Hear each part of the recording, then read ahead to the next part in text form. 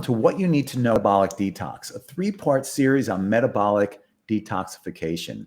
I'm Dr. Brown. Welcome. So let's get right to it. Let's talk about some of the common misunderstandings of metabolic detoxification. If you're considering detox, you've probably heard that detox is a dirty word.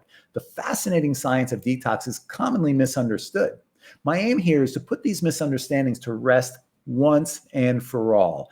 Detox has become a popular buzzword, but what does it really mean? Typically, it involves following a specific diet, taking special supplements, or making lifestyle changes to flush out harmful substances from our bodies. The stated goal during a detox is to slow down and eliminate the intake of toxins following a specific diet, taking special supplements, or making those lifestyle changes which allow our bodily tissues and organs to fully recover and build what is known as organ reserve. When done correctly, detoxing can strengthen the immune system, assist in balancing body composition, and boost our energy levels. So why do some people remain skeptical about this amazing thing called detoxing? Well, some critics of detox argue that our bodies have a natural detox process that works perfectly fine on its own. While this may be true to a certain extent, the liver, for example, does a great job of cleansing the body. However, the modern world bombards our bodies with a huge toxic load that the liver alone cannot handle.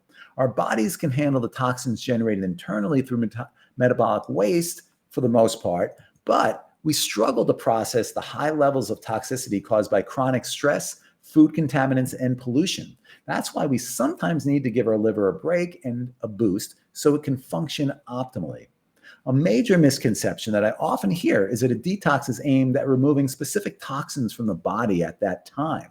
Well, as much as this might be the case, because we do eliminate toxins during the detox, a detox is much more than just that. A skillful detox is geared towards supporting the liver and other detox organs in performing optimally going forward from the detox. A major contributor to this idea of detox being a dirty word is the popularity of unsubstantiated types of detoxes and fasts. Juice fasts and master cleanses have added to the controversy surrounding detox. They're often promoted by celebrities and fitness gurus as a quick weight loss fix and a way to rid the body of toxins. Oftentimes, these liquid-only detox diets can do more harm than good. This is because the restrictive nature of juice cleanse deprives the body of essential nutrients it would get from different food groups, thus leaving the body, particularly the liver, depleted. This will lead to headaches, hunger, fatigue, definitely not how you should feel during or after a detox at all. So this high energy event called detoxification requires additional support to be successful. So what is the right way to detox? Well, we now arrive at understanding the science behind detox. I hope I've steered you away from some of the less healthy detoxes, such as juice cleanses and excessive fasting. Now, let's dive into the details. Let's take a look at the body's detoxification processes and how our modern lifestyle has had an impact on them. First and foremost, let's address where toxins come from and how our bodies handle them.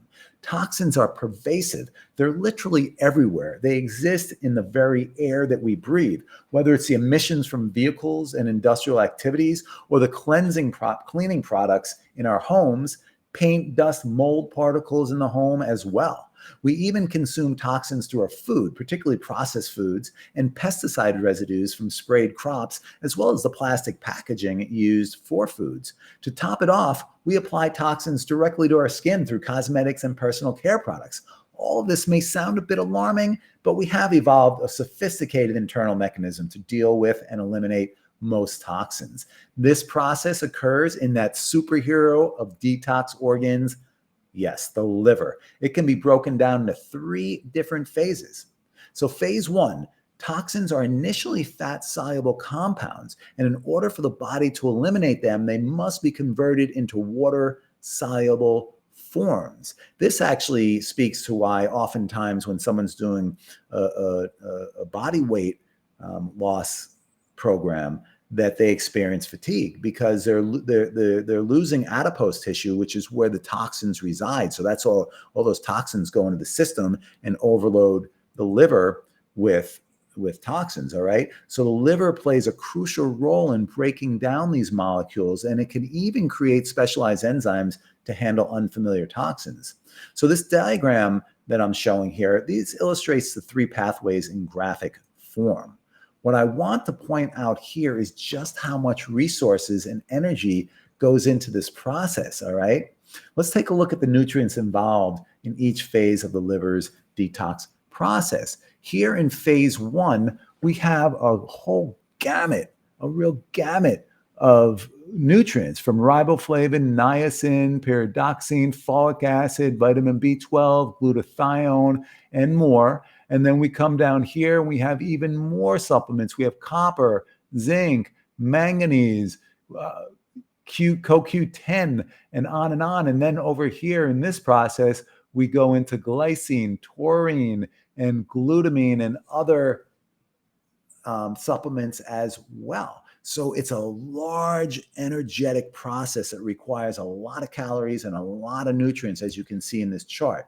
And now phase two, once a toxin is water soluble, other molecules bind to it through a process called conjugation, which means just to bring together. So they're binding together with other molecules. This makes it possible to neutralize the toxin and prepares it for elimination through bile, and even energy requiring process than phase one. This is an even more energy requiring process than phase one.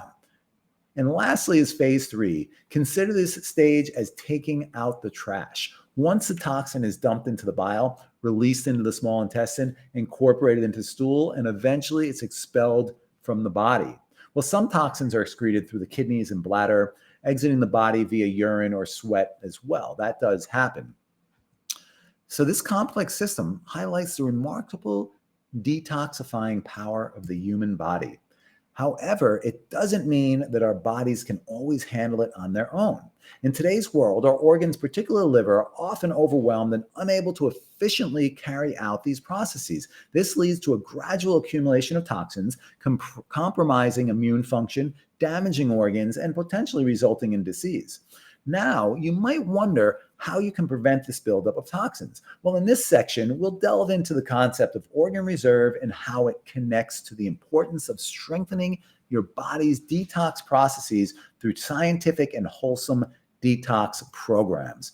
But before I continue, as a little moment of mindfulness, I challenge you now to identify some toxins in your immediate environment. So really just take a look around and see if you can identify anything that you suspect could be a toxin, from cleaning compounds to, body care products to the foods that you have in your kitchen. Just don't panic though, as your liver is equipped to handle them with the support of a metabolic detox. However, it's beneficial to be aware of these toxins so you can take steps to eliminate your exposure. So it's always a good idea to just take a look around, be mindful of where we are, what environment we're in, and see if we can just limit the exposure that we have to these toxins.